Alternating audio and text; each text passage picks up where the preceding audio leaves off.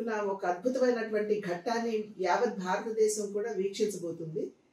ఇది ఒక రకంగా చెప్పాలంటే భారతీయుల శతాబ్దాల కళ మరియు దశాబ్దాల పోరాటం ఇది.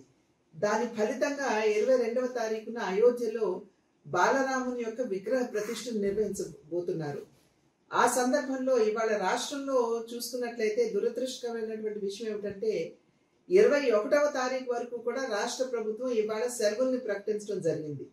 కానీ 22వ తారీఖున యావత్ భారతదేశంలో ప్రతి రాష్ట్రంలో కూడా స్కూళ్ళకి సెలవులు ఇచ్చి పిల్లలతో సహా అందరూ కూడా బాలరాముని యొక్క విగ్రహ ప్రతిష్ట ప్రాణ ప్రతిష్టని వీక్షించాలి అని చెప్పి ప్రధాని గారు భావించినట్లయితే అదే రోజున మన ఆంధ్ర రాష్ట్రంలో సెలవు ప్రకటించకుండా కేవలం 21వ తారీఖు వరకే సెలవుల్ని పరిమితం చేయడం అనేది అంటే బాబాసాహెబ్ అంబేద్కర్ గారి పట్ల భారతీయ జనతా పార్టీకి అమితమైనటువంటి గౌరవం.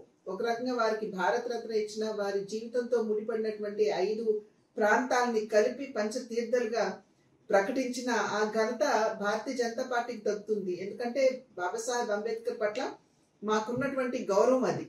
కానీ దాంతో పాటు ఇంకొక రోజు పొడిగించి 22వ తారీఖును కూడా ముఖ్యమంత్రి జగన్మోహన్ రెడ్డి గారు సెలవు ప్రకటించవలసి ఉన్నా కూడా దాన్ని ప్రకటించకుండా వారు తన మనసులో ఉన్నటువంటి ఒక విషపూరితమైనటువంటి ఆలోచనకి ఇది తార్కాణం అని చెప్పి మనమందరం కూడా గమనించాలి. ప్రజలందరూ కూడా ఒక్కసారి ఆలోచించండి.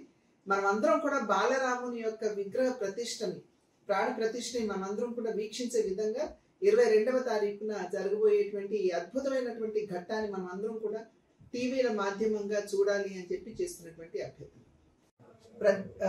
ప్రైవేట్ విద్యా సంస్థలు కూడా ఆ రోజు సెలవును ప్రకటించడం జరిగింది. వారందరినీ కూడా నేను హృదయపూర్వకంగా అభినందిస్తున్నాను.